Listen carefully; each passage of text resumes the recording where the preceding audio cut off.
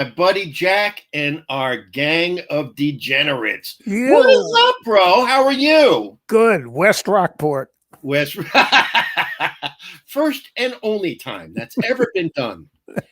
Yes, How it was it is. growing up in the hood, Jack? How is that? Is West Rockport any more or less hardcore than the West Village was in the 80s? You know, they're both relatively gentrified, but of course, the hardcore place in the world was the west side of Princeton. Ah, You couldn't go out at night without getting mugged by ah. some preppy. Well, I remember on West 10th or West 11th Street, the art restorer Pietro Manoni and his two daughters, who were friends of mine, Francesca and Alessana. Fran still lives in New York. Alessana lives in what I believe was Pietro's um, Roman villa, literally, with olives and grapes and all sorts of wonderful stuff. Um, he had a place on West 10th Street, just like a block away or 2 blocks away from your old place. Right. And the 80s were just a spectacularly wonderful bohemian time in that part of the world. It was great. I loved it down there. What a great place to live. It was, but it was transforming then to what it became. It's the most expensive part of Manhattan. You know, the 80s were before the meat market went, Yeah. okay, but it was just on the cusp. You know, Yeah. before the High Line. So it was cool. It was still, you couldn't build high rises, and then somebody started buying air rights to buildings, and then it was over. Yeah. And then, I mean, you have these wonderful brick and old brownstone buildings over there. Just so great. Absolutely lovely. Well, for everybody who's interested, I have posted or I am posting the YouTube page. Nice shirt, Seth. I Thanks, like Adam. that. That Thanks, Adam. that's my Adam checking in. Adam favorite. checking in My, with the Hoku. It's a okay. Hokusai. Yeah, It's a yeah. Hokusai wave. Yeah, he threw up lunch on his shirt is what happened. It's only one of the finest pieces of artwork in history, Jack. Oh, very good, Hokusai's Seth. great wave. Right. Yeah. So you know the great, what was the film, Seth? We're going to check your film historical Okay. knowledge. All right. Shoot, buddy. And let's open this up for comments in the comment field as well. We got a little film trivia. I'm waiting for it, Jack. Go ahead. Okay, you ready? Go ahead. Are you going to give it away if you know it? Should I or should I not? What should I do? I don't think you have to worry because I don't think you're going to know it. All right. Well, I'm going to answer. If I know it, I'm just going to answer it. What film? And you can see my hands. I'm not going to Google it. What film? Yeah, keep them up there. Show me your hands, motherfucker. What film was that line used in the beginning of the film? And it was a wonderful, wonderful delivery. What's the line? The line is "nice shirt." That sounds so familiar. Yeah. I'm sure it does. So, guys, tune in. I want to hear somebody nail this. Nice shirt. Yep. Shall I give you a clue? Yeah. It was a bar in New York. Oh, Jesus. Did you get it? No? It could be Midnight Cowboy. Is it Midnight Cowboy? Of course it is. Wow. Where Dustin Hoffman looks at John Voight with his cowboy shirt on and says, "Nice shirt." Nice shirt. And they're sitting with a transvestite in the booth at the bar. Well, of course, in 80s parlance, yes, a transvestite. Now we have pronouns. Like what? Him, his, they, theirs, she, hers. You have to ask what pronouns. You have to ask what pronouns somebody prefers now. Oh, all right. Well, the theme of this evening's show, Jack, is who's doing their job and who's not doing their job. You know, Seth, you're only doing this now because you finally have a job. I've had a job. I've had it. Now I've got a real job. Yeah. Okay. Noel says, fuck Voight. I know. I saw your post, Noel. That guy lost his fucking crackers along the way. He is the most right-wing dirtbag. Who would have guessed? Well, he's nuts. I mean, he's just disconnected from reality. Yeah. So I spent the week doing training for my newest venture. A couple of weeks ago, a friend of mine who started a business, intermediary business. It's a very fancy way of saying business advisors, or a form of consulting that deals with the dissolution or acquisition of businesses, kind of like baby M&A. Called me and texted me and said, I think you'd be great at this. Please join us. So there's an organization that does training for this. And I spent the week doing training. So now I'll have that to add to my bag of tricks on my CV and resume. So that was this week, training from West Palm Beach. Thank God for this Zoom thing. I didn't have to fly to West Palm Beach, Florida, Jack. I would have flown to Florida, a sunny place for shady people. That it is. So who's not doing their job this week, Jack? Well, I know one person that can we draw parallels, because from our stupid in the news, Seth. It's the lowest hanging fruit you can get your hands on, buddy. Ted Cruz. Well, Ted Cruz is a winner. And let me just bring this up, Seth. If you can bring it up, bear with me. Yep. Okay. Why doesn't, there we go. There it is, because of what we were talking about. Noel's going to like this. All right. Okay, so bring that up for Noel. You can bring it up full screen. Oh, yeah, there we go. Can you bring it up full? There's a production still. It's a production still. Yeah. Can you bring it up bigger? I can, yeah. Let me see if I do that. See if you can do it full screen, because it's hard to see. There we go. So, Noel, this is a production still from the street. Obviously, the scene where Rizzo and the cowboy are walking down Fifth Avenue. That scene where he said, I'm walking here, and all that. And it's a scene, and I love production stills, because you look back on this. This is shot by Adam Hollander. And you look back and you see, because it was a sync scene, they needed a quiet camera. You'll see it's a BNC Mitchell, which is a Mitchell camera in a blimp. And you see that just the size of the camera is relatively large, nothing compared to the old Technicolor 3-strip cameras. But I love seeing production stills from films that I adored, and this is one of them. That's all I have to say, but I thought that Noel would like that. It's also a really pretty still as well. It is. It's got great balance. Yeah. It's just, it's just, that film is absolutely wonderful. I think one of the greatest films ever made. Yeah, and it's great because it has such fantastic character development. It's New York in the 70s and the late 60s. It's just it's got everything. It was when New York was a real city, filled with real people. As Annie Leibovitz said, every cab driver was an old Jewish man who was bald, chomping a cigar, rude, Yep. Now you wouldn't dream of if it was, Noel wants to know who directed it. I forgot who directed Schlesinger. Yeah. So, I mean, the scenes in that film where Ratso is going to hustle him and says he's going to get work as a male prostitute with his friend, not McDonald, what was his name? McDaniel, Daniel.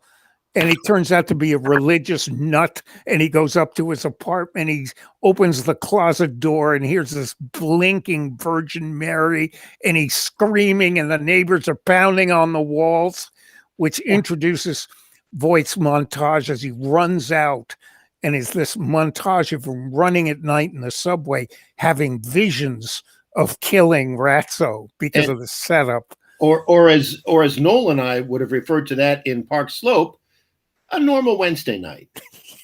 Exactly. Noel, am I wrong when I say that Park Slope was kind of like, Midnight Cowboy East, in the 70s? Very much like that. There's getting back to Ted Cruz, Jack. Ted Cruz. I don't want to get back yet. Why not? There's a wonderful shot that Adam Hollander did in that film. And you have to understand, in the 70s, this was, in 1969, they didn't do much. There weren't any special effects, but he does a beautiful montage shot. He wants to describe that Jon Voight has been living in New York and trying to hustle for a couple of months. So he wants to describe that he's gotten used to the city. One of the shots, he's in the subway by himself at night. Nobody's there, maybe an old woman. And every time he passes a phone, he puts his finger in to see if there's any change. But the shot, and it's with the music. Da, da, da, da, da, da. And he's walking down Fifth Avenue. He's walking down 42nd Street with all the lights and the movies and the shit in the background. It's in the daytime. And they duplicate exactly the same shot at night. He's walking from the back, and the zoom is tracking him. So it goes from day to night to day to night, but it's a matched shot. It's absolutely beautifully done. Is he walking in the same place? Is he situated in the same spot in the frame? It's following him from the back. So, and it's a zoom.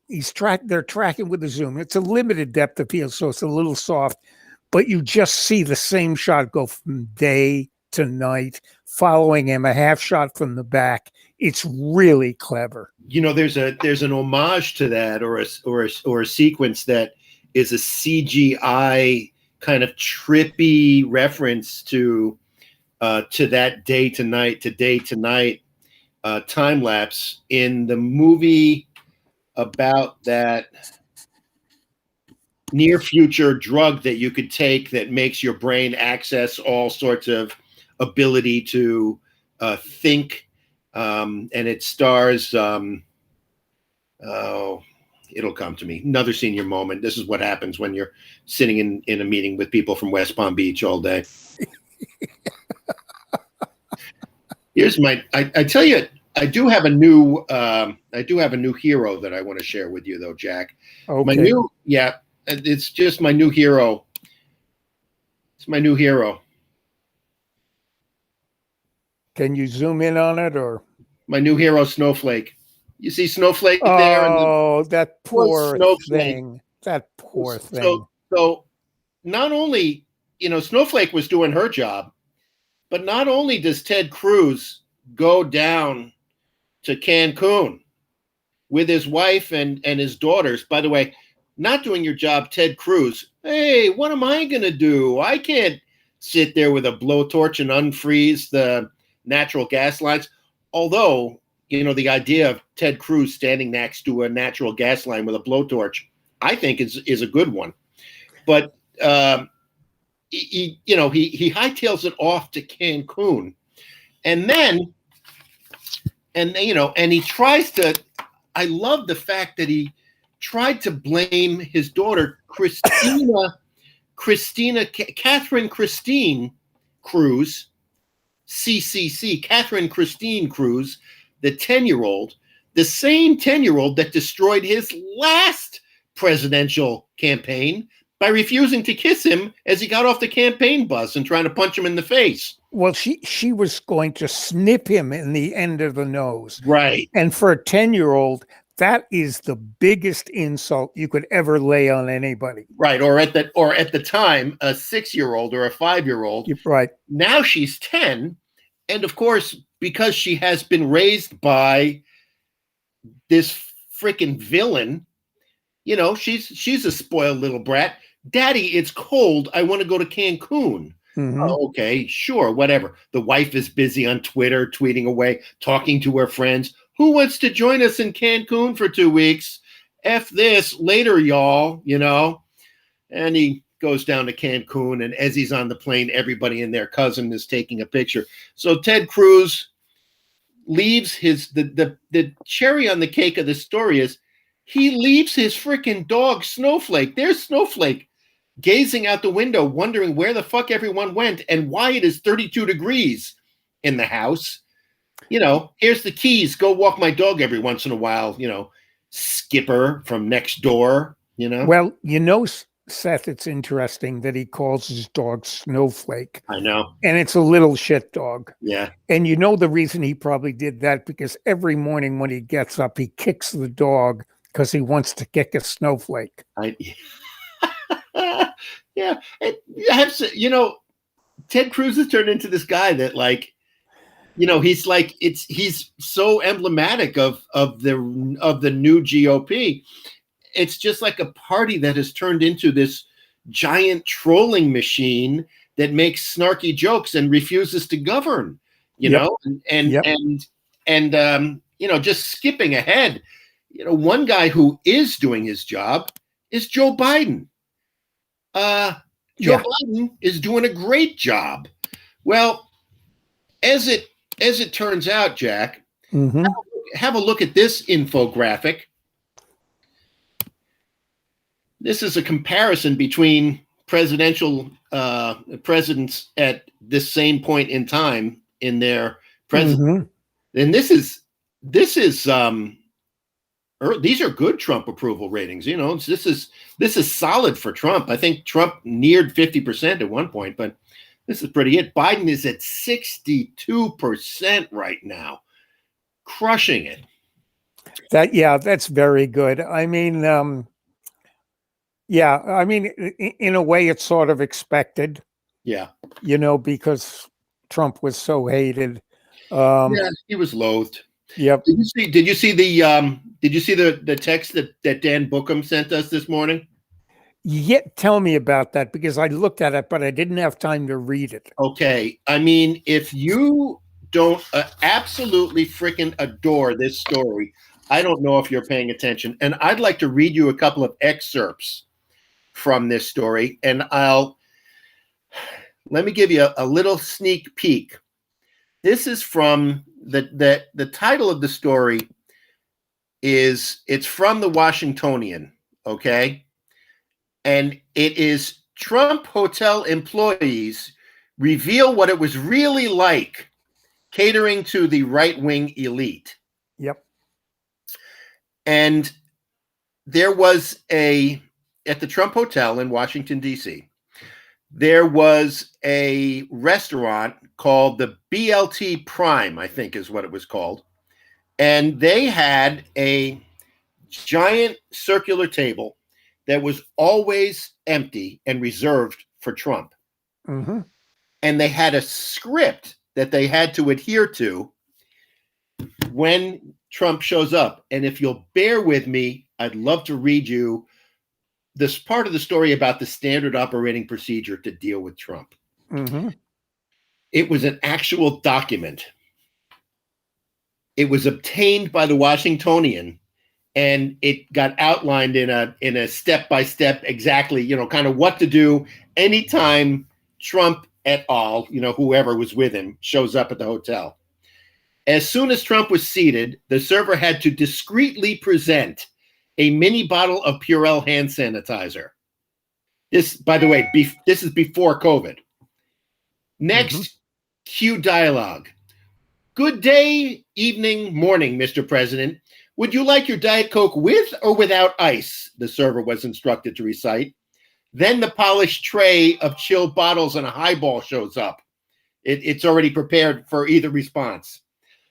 Directions for pouring the soda were detailed in a process no fewer than 7 steps long and illustrated with 4 photo exhibits, one of which, Jack, I have thoughtfully copied for you here. This is a photo exhibit of how the server was to hold the long neck bottle opener and open it by the lower third of the handle. And in one hand, and have the Diet Coke in the other hand, also held by the lower third of the handle. And what you're supposed to do is you're supposed to continue this process as his glass is empty until he leaves. So he's always drinking Diet Coke like a madman. Note to self, stop drinking Diet Coke. Trump always had the same thing. This is very telling. Shrimp cocktail, a well-done steak and fries, plus sometimes apple pie or chocolate cake for dessert. Popovers, make it a double for the president, had to be served within 2 minutes, and the crustaceans immediately, the manual instructed the server, to open the mini glass bottle of Heinz ketchup in front of Trump, taking care to ensure that he could hear the seal make a pop sound. It goes on and on and on. Seth, is here's another one. Serious germaphobe. Out of his mind.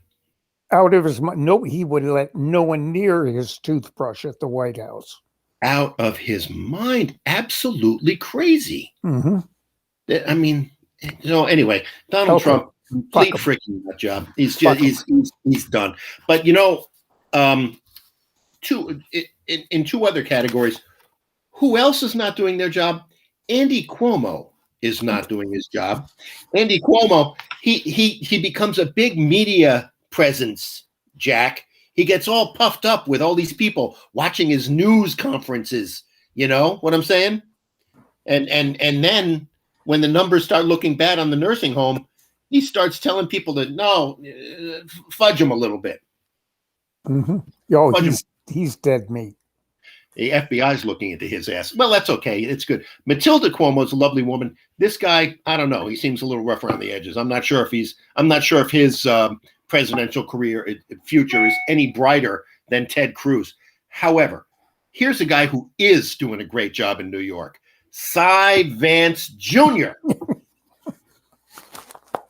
Okay, let's talk about some of the recent hires in the Trump investigation. Let us retire to the article from Vanity Fair. Should we, Jack? Let's go look at Vanity Fair's Hive section today. In the Hive, the online presence of Vanity Fair. Mm-hmm. It's getting serious. It's getting serious in Lower Manhattan, Jack. They're starting to get a little antsy over on Center Street.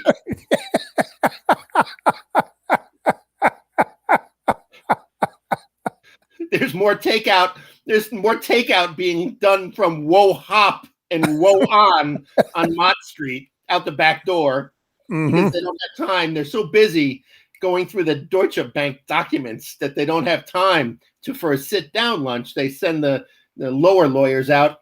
The lawyers who work for the new hire for Cy Vance, Mark Pomerantz, Jack. What do you know about Mark Pomerantz? Well, if what I read is to be believed, they've hired, and I think it's him, the guy who did a wonderful job defending the guy that ruled the Colombo family in Bushwick in that restaurant a number of years ago. A couple of guys in masks came in, killed him and two of his bodyguards, shot them. He still had the cigar in his mouth when he was lying there. There's a picture of it. The guy that killed him, whose name was, I think... Bensonhurst, by the way, is where you're thinking of. No, in fact, it wasn't, Seth. But anyway, we'll talk. It's irrelevant. The guy who killed him, who was known as Whack Whack, went on trial. And this lawyer brought in for the first time a racketeering defense. He was defending him, but I think he got him off for murder on a racketeering charge. He is the guy who was hired by Cy Vance. Well, okay. Amongst others, Jack, because that's not Mark Pomerantz. Mark Pomerantz was the premier white-collar prosecutor in New York in the 90s, and he was responsible for SDNY's successful prosecution of none other than John Gotti. So, Seth, John Gotti. what we are talking about are the experts, the American experts in racketeering and financial crime. You know, Jack, the New York Times this morning referred to this hiring as an escalation. Escalation? They called it an escalation, as in Trump's blood pressure must be escalated. Trump is so fucked. Let me just tell you something. When the federal prosecutors hire somebody else who's famous for prosecuting white-collar crimes, you're in deep shit. And Seth, they hire somebody who's a genius at defending mob guys. Yeah. And they also hired some forensic accounting company in New York, like the premier forensic accounting company in New York. This case they describe, it looks like charges could be imminent, in other words. So Cy Vance is doing his job. Yes, definitely. Mark Pomerantz is gainfully employed in doing his job and interviewing today Mr. Michael Cohen. Yes, interesting. Not for the first time, not for the second time, not for the third time, and not for the fourth time, for the fifth time. So they're looking for something even deeper here, Seth, because he has provided more testimony than anybody on Earth so far. So what are they looking for? They keep referring to Michael Cohen as the guy that knows where the documents are hidden. Right. Mike, Friday afternoon. Hey, Mike, we're having a problem finding a document. You want to come back in again? Yeah. Oh, sure, Mr. Pomerantz. I'll be happy to. So, Seth, in a little oblique, how about Grizzly Ann and her interview in when was it? When was her interview done? And this is, you remember 2 months back we're doing a bit about Jeff Zucker. Remember we were doing this bit about how I went to dinner at Jeff Zucker's house and my friend Karen married Jeff Zucker and all of these Upper East Side parties. And then I show the picture of Karen and Ghislaine Maxwell side by side. And then there's another picture of Karen and Ghislaine Maxwell. All of these Upper East Side parties are filled with the same fucking people, right? There's uber wealthy people and they all go to the same parties. This guy who was a producer at 60 Minutes writing a book. He's a producer with 60 Minutes starting in the 80s, right? Like 1980. Now he's writing a tell-all book. He's at a party with Ghislaine Maxwell, and it's 2016. And he says to Ghislaine Maxwell, I hear there's tapes of Trump. And she says, yeah, Jeffrey has them, but I don't know where they are right now. Oh.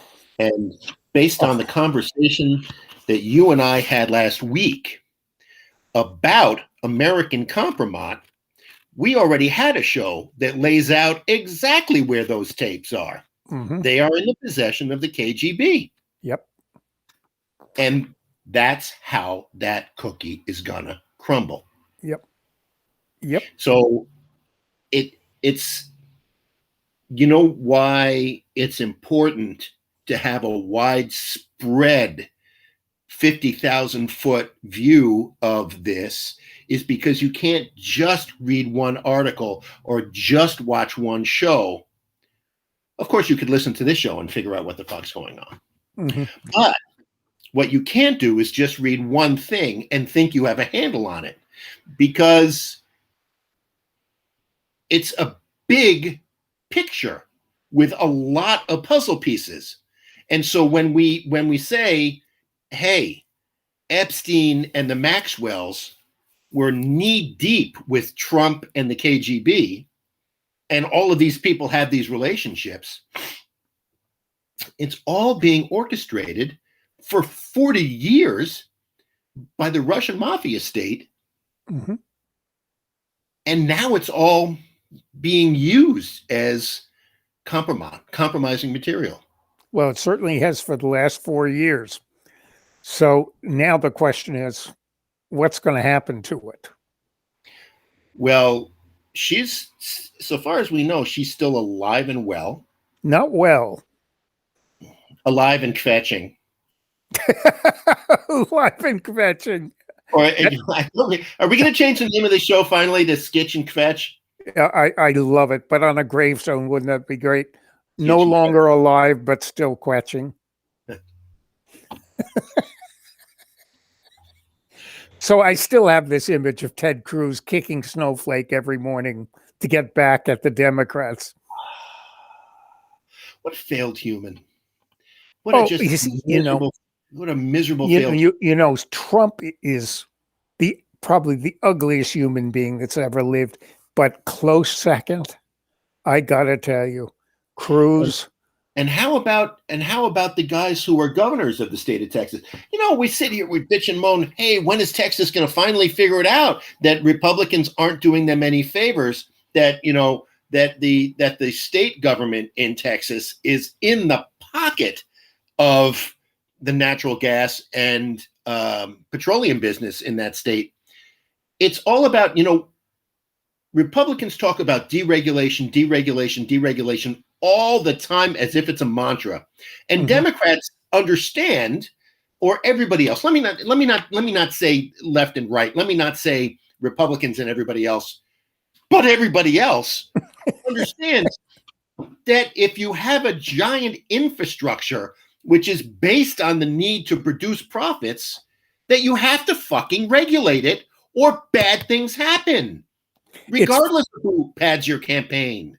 Texas is funny because Texas, one of the reasons that they feel they can secede is because they feel they are totally capable of being independent of the federal government. And Washington Post ran an article called "Isn't it time that we pull back the cover on Texan exceptionalism?" Yeah, Texas exceptionalism. Yep. So here we go. This is a living, breathing example of the fact that no, they're not going to be able to successfully secede. We try to encourage it anyway, Seth, but is this I thought you were leading into your screen, but I'm looking at China. No, I'm not. Sorry, that's a totally different story. Not as really interesting. No, and what I wanted to mention to you was there is an article in the Dallas in Newsweek about Greg Abbott, right? The governor. Yep. Abbott largely blamed the outage on the nonprofit corporation ERCOT, which stands for the Electric Reliability Council of Texas. Right. Here's the problem: those people are overseen by the Texas Public Utilities Commission. Here's the problem: those people are all appointed by Abbott and his predecessor Rick Perry, specifically with the goal of deregulating the energy industry, including specifically recommendations that Texas's energy infrastructure be forced to comply with regulations necessitating winterization. That means things like insulating pipes and things of that nature, right? Mm-hmm. Abbott and Perry, our former energy secretary, think about that for a second. Think about the fact that Trump decided that Rick Perry was the right guy to be the energy secretary, Mr. Deregulation. This is why those policies don't work. And in the new technocultural revolution, you can't hide policy. Everybody is like a policy wonk now. Everybody wants to know. Everybody's like in the middle of their phone all day long. Like the entire world knows about the 3 members of the Texas Public Utilities Commission. How is it possible for information to be exploding so much that I now know who sits on the Texas Public Utilities Commission? And care, because the only reason you care is because of the immediate disaster that we've been witnessing for the last 4 days. Yeah, but now technology is making it possible for us to string together how these things happen, to make it instructive politically for the electorate in Texas. And this is what happens, man. I mean, Trump was Trump, and we all saw Trump being Trump, but Trump didn't stop being president because of his bad policies. Trump stopped being a president because we all saw in bright color on our screens and in our ears all day long who Donald Trump actually was, and who Joe Biden actually is. Talk about a guy who's doing his job. Joe Biden's doing a fantastic job. Now, Abbott and Rick Perry are to blame for the failure of Texas's energy infrastructure now. There's really no two ways about it. They're as obviously to blame as Ted Cruz is obviously to blame for abandoning his constituents. Jack, who came to his constituents' aid? Alexandria Ocasio-Cortez. Not only her, but what's his face? Beto. Yes. Beto O'Rourke. Do you know what those two people are doing as we speak? I do. They're on the phone bank, man. They're on the phone bank. Phone banking for donations for Texas. Yep. There it is. Says it all. In your face. In your face. It's unbelievable. Rush Limbaugh died. Yeah, I have this cool picture. It's not of Rush. It's of something else. Basically, who gives a flying fuck? About Limbaugh? Yeah. Who gives a flying fuck? Well, I mean, I do, because the timing of it is spectacular. I mean, we spent 4 years rooting for this side to take it in the teeth.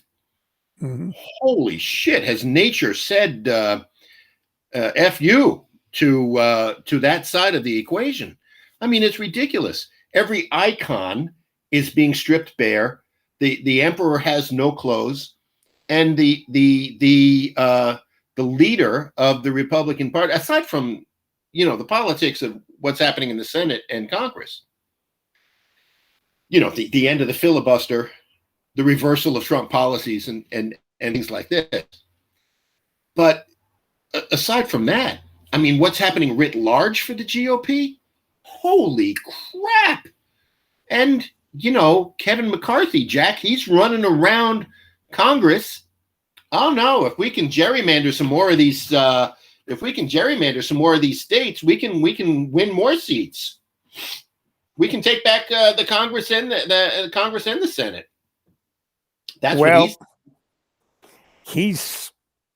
they've been successful beyond their wildest dreams in that context, and it's still frightening on a state level, Seth. It is, yeah. Well, you were talking this morning about, or yesterday, about the GOP at the state level and what they're doing, but now we have this. If Texas doesn't go blue in the next election, something is seriously wrong. I agree. It was pretty close last time, wasn't it? Yep, that it was. I thought that happened. This guy in Florida, the disaster down in Florida, the governor in Florida wants to lower the flags to half mast tomorrow for Rush Limbaugh. Rick fucking Scott. Yeah, no, that's not his name. The other guy. Oh, the guy who looks. You know who he looks like? The governor of Florida. He looks like Ron DeSantis. Ron DeSantis looks like Rod Blagojevich. He does. He has the look of a kid when he was in prep school that he tried to be a bully and got the shit kicked out of him. Yeah. And so does Blagojevich. He has exactly that same look. The face that launched 1,000 drop kicks. Yeah, they're awful looking people. it's amazing to me. What else is in the news you want to talk about, buddy boy? I went through my list of who's doing their job and who's not doing their job. Cy Vance doing a great job hiring the white collar prosecutors, and so we're gonna get. I think we're gonna get some indictments pretty soon. Oh man, we need it. We need it. Trump mentioned that Twitter was not the same without him. So I want to show you a picture of stupid in the news today. Stupid in the news. Rarely a picture will tell the whole story, but this is one of them. Am I ready? Yes. Full screen if you can do it. I'll take us down, buddy. That's okay. Oh, sure. Here are two people who just wouldn't give up. What's the bridge in the background? Hang on. I can't see it. I'll give it. I can make it easier. I don't think that's a New York bridge. Those are New York plates, buddy boy. They are. What if could it be Fort Lee to the George Washington? It's possible. It's possible. Well, just another bridge and tunnel scumbag meets another bridge and tunnel scumbag. Isn't that just amazing? He had to floor it to get it down there too. I mean, he had to do that. He had to know. Look at those two a Honda, Civic and a Nissan. and a Nissan Elantra or something like that. Two middle market Japanese cars, obviously two hardworking commuters trying to get to their job or get back from their job, or you know what this is, Seth? This is called the New York merge. I mean, there's so much anger. It's just like you're so close to people, the proximity. Right. You know what I wanted to talk about for just a few minutes was what is going to happen to all of those office buildings in Manhattan when we hit on that once. Did we? Yeah, we did. And it was interesting because we really couldn't figure it out. I think it. Oh, is it the? Noel, the Brooklyn resident, is saying it's off at the Kosciuszko Bridge. Oh, really? Yeah, the Kosciuszko Bridge. I tell you, somebody's got an eye, or they've sat in traffic for days right before at that toll booth. Yeah. We haven't heard from Jeff tonight. Maybe he's not with us. We haven't heard from Martha tonight. We haven't heard from Patrick tonight. Martha said she was going to watch. Is there something happening on the news we're missing? I don't think so. I mean, what could possibly what is it in the news that could possibly happen that that we're missing that won't show up on my Twitter feed as we're rolling through this the show. I'll tell you. Elsewhere in the news, did you see that Senator Manchin might as well not be a Democrat? Yeah, what happened there? You heard Neera Tanden, right? The one that Biden wants to be for the head of OMB, management budget. Well, Joe Manchin doesn't like her because she has made some mean tweets in the past.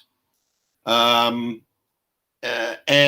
some of the mean tweets that that she sent were very, very anti-Trump tweets.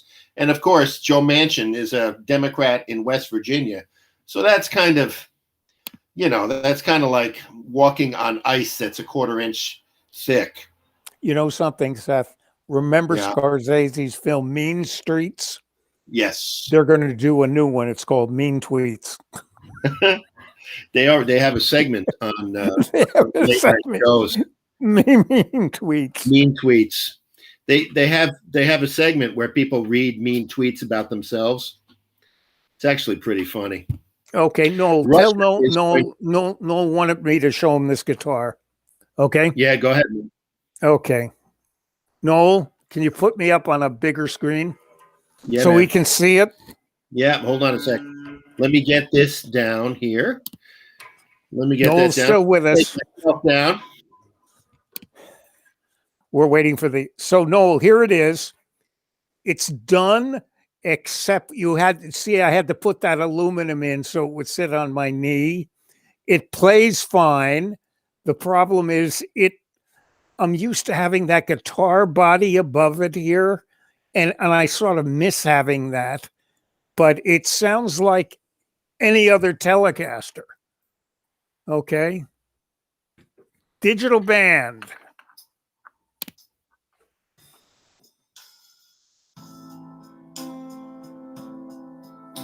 Can you hear that, Seth? Yeah, you're good.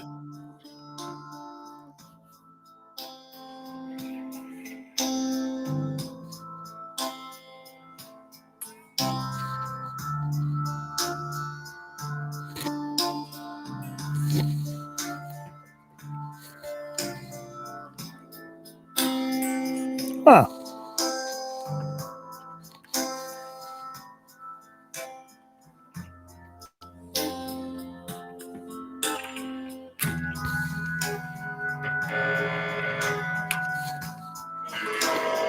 Now we got it.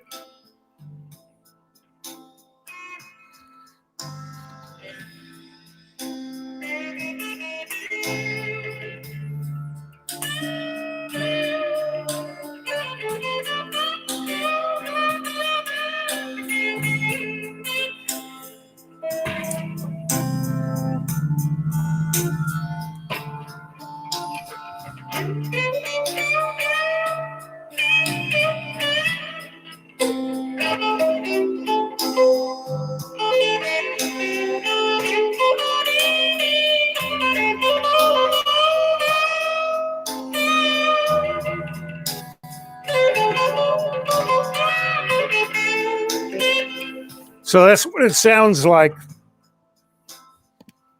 That sounds pretty good, bud. It sounds like every other telly that was ever made, but it's hard to hold, which is disappointing. Without a strap, Right. Well, it a is a caravan with a drum solo. Yeah. Yeah. Anyway, yeah, it's just it's weird to hold it, and that's everything, you know. You see this cool Mars rover that just landed? Oh, that Mars video that you posted with that 10-minute video panning around Mars. Holy shit, that was riveting. Isn't that cool, man? Isn't it? Man. So, Seth, for our friends, what are we watching on Netflix these days? I haven't had time. I've been doing this class all week and just falling asleep.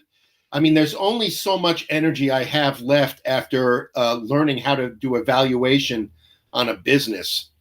It's pretty exhausting stuff. Yeah, I've been looking around for good stuff, and it's getting harder and harder. I really like Scandinavian stuff, and there is apparently something that someone told me about, and I don't remember the name. That's Norwegian. Yeah. Which I tend to like Scandinavian series a lot. Yeah. And I finished this Polish series, and it left me, of course, it didn't finish. They're obviously probably in the process of shooting another season or two. And that was fascinating to see what Poland looked like.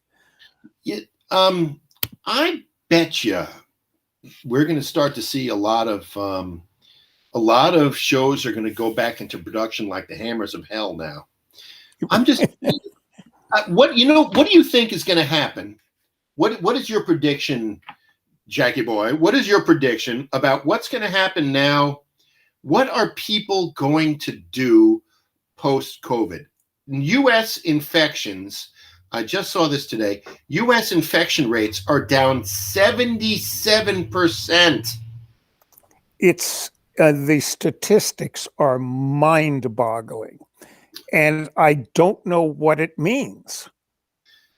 Well, the disease is on the run, and everybody's getting vaccinated. I got a call yesterday from Maine Health, and the call was, hey, guess what? If you're under 65, you're still not in the queue, so just stand by.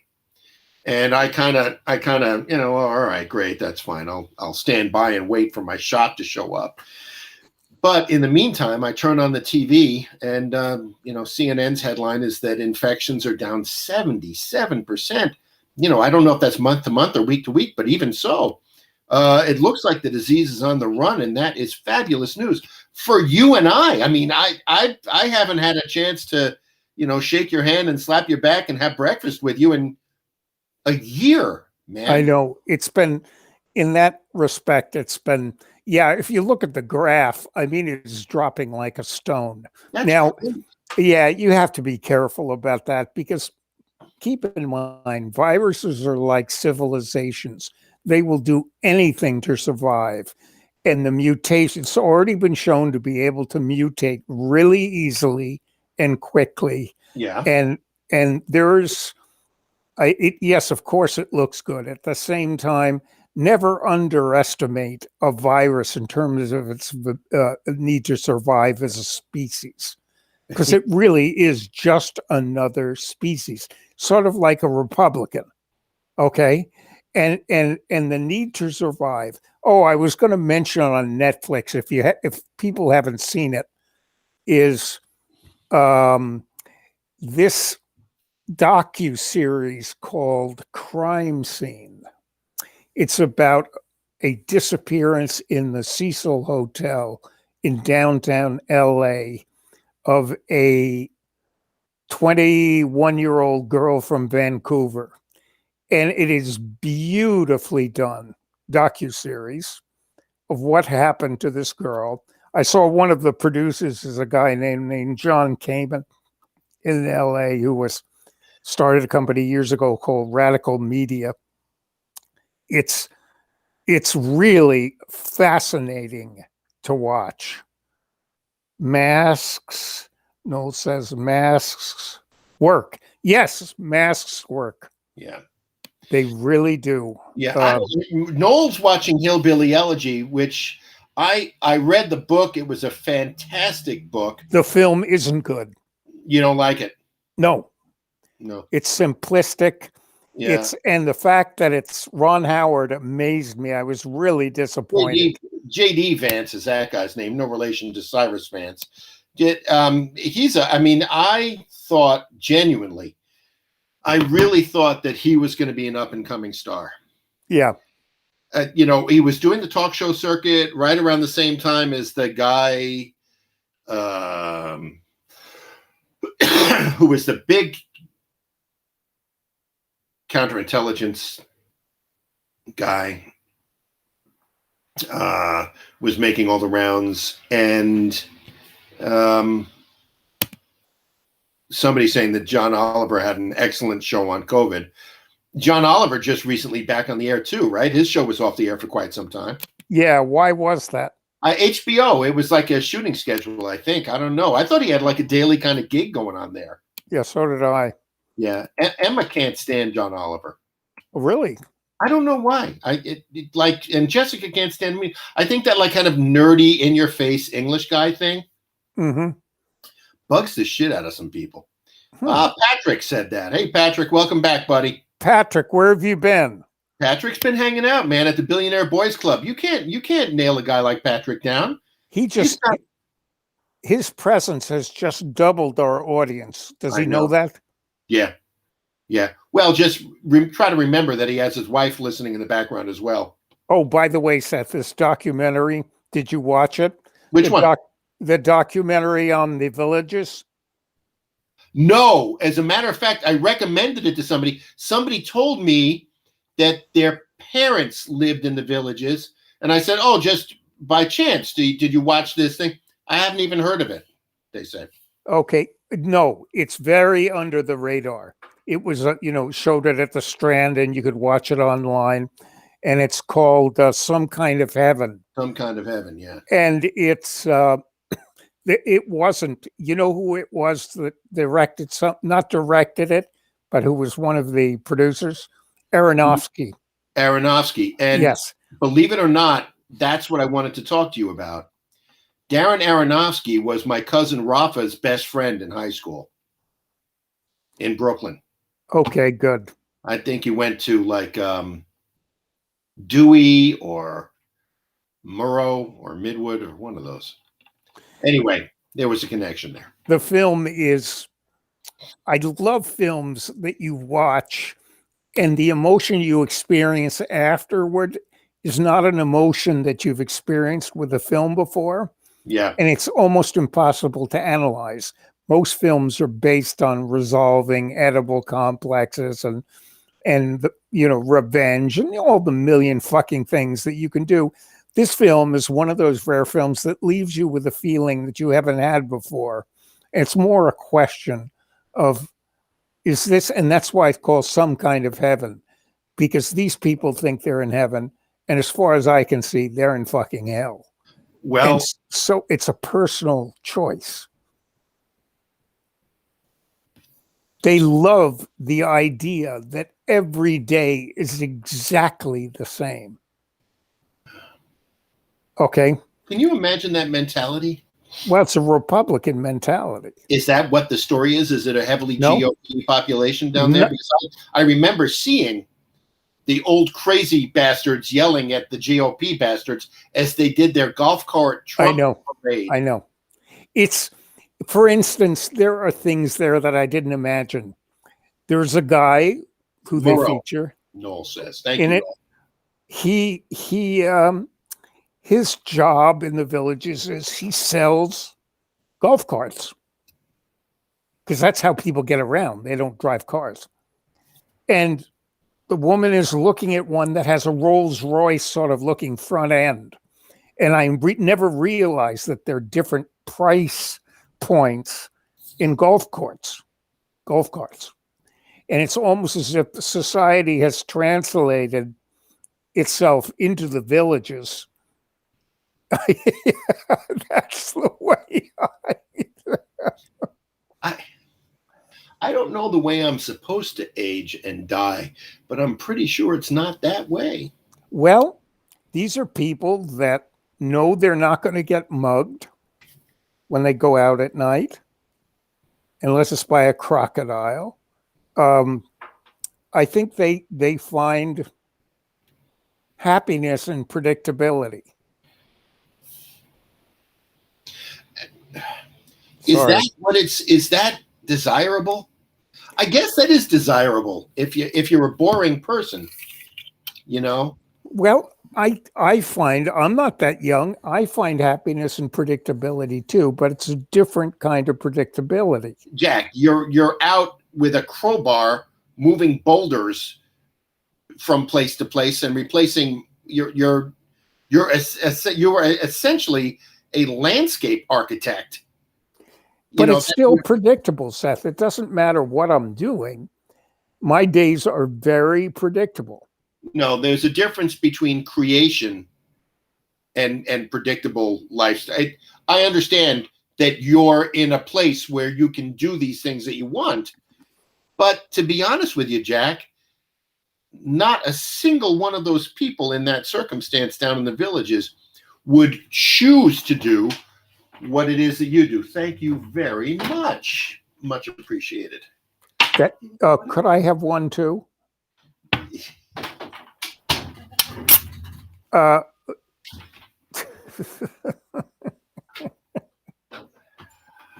Home with Seth, take two.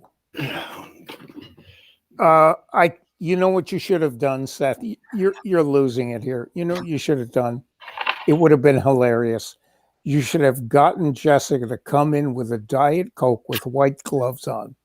Snap it open next to you.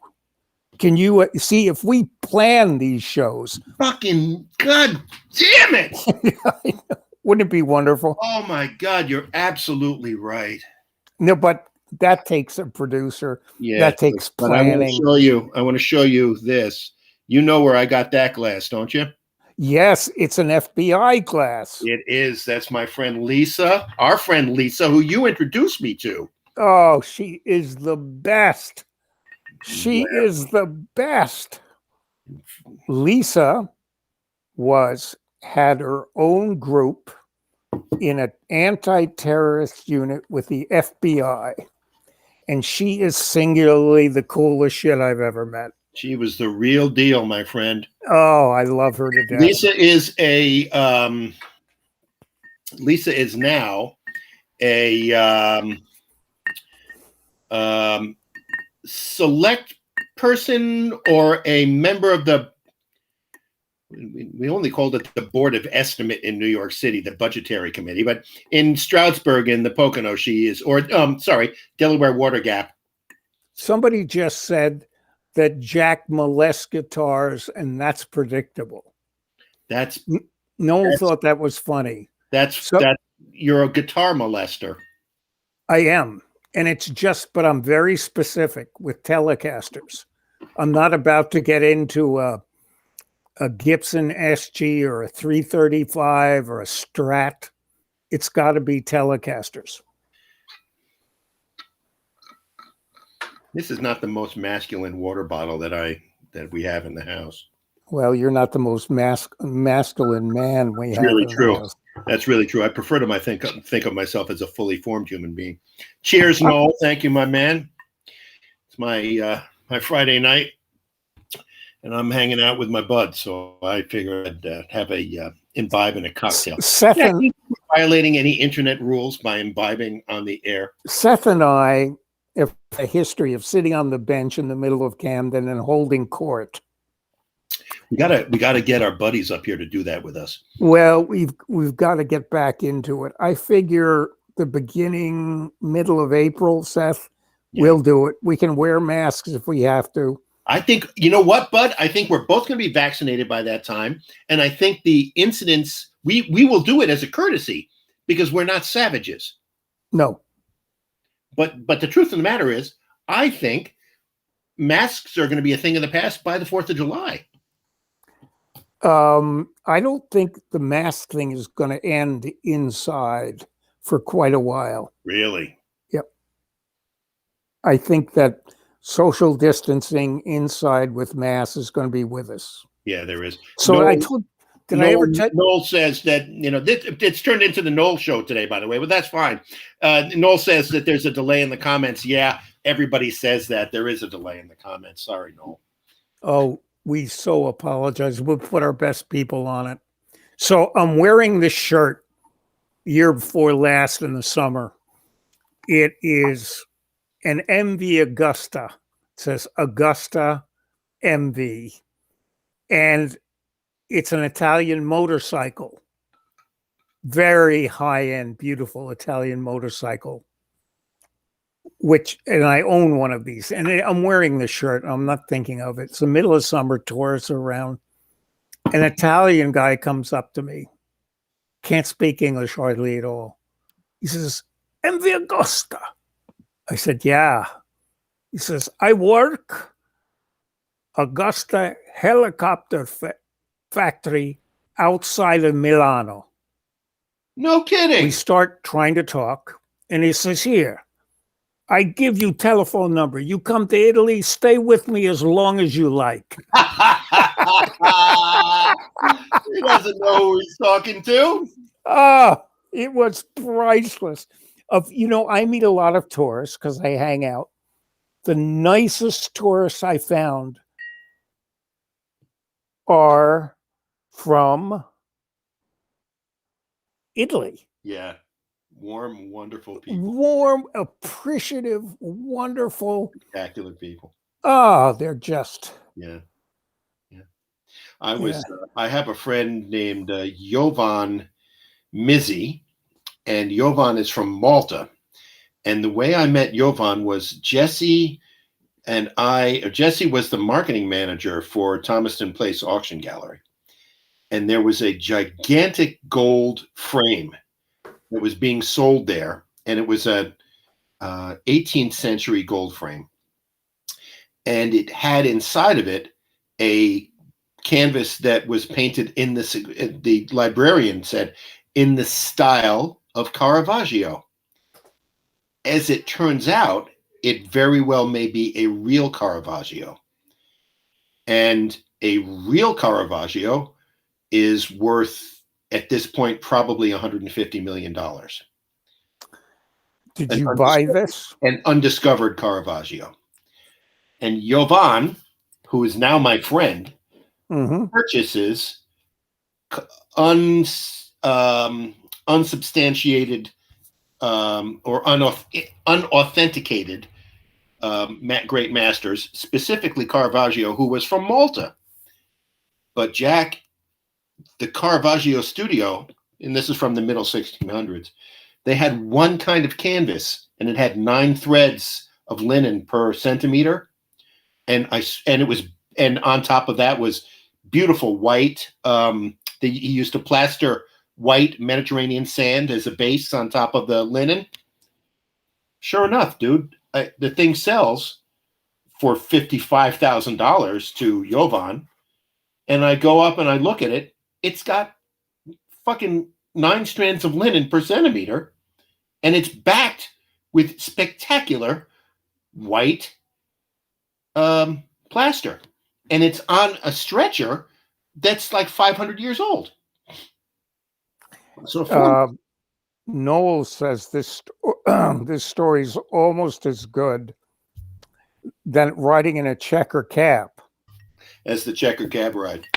Yeah, as the checker cab. 2 speeds, a slow and a stop.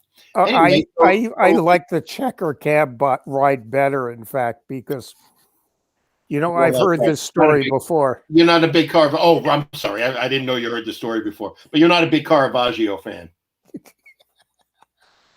I like Gelt. When you said gilded frame, you got my attention. When you said Caravaggio, I lost you when I said you lost it. Yeah. Yeah. Well, shit. I think we've run out of material. You just about stole the sentence right out of my mouth, my man. Just about stole it. I'd go clean that shirt. I'd throw it in the wash because it really does look like you spit your milk all over it. Yeah. Well, once again, I say you're not a savage, but that's really generous. Guess whose birthday it is tomorrow? Who? You? What am I, fucking chopped liver? Geez, well, happy birthday, bud. I didn't know that it was your birthday tomorrow. Thank you. You can't spring that shit on me like, the night before. I got to get ready weeks in advance to ignore your birthday.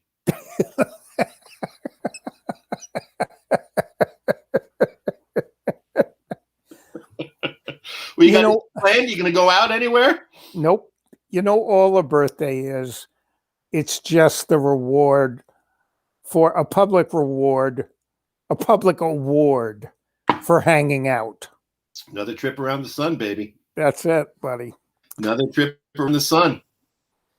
Yeah. So that's as good as it gets. Nice to see everybody. I think, Noel. Yeah. Thank you for joining us. It sort of saddens me you have nothing better to do on a Friday night, but it's COVID, man. Friday night and COVID. You're going to sit around and drink tequila with me and chill with Jack. Yeah. But if you ever get to the East Coast, Seth and I are on the bench in the spring and summer a number of times a week. We will be. We'll be reinforcing we'll be validating the stereotype of the two old guys on the bench. Exactly. Laughing. This time we should get little string bikinis. Okay, hear me out. Get little string, get little thong. The same bathing suit that the Russians have.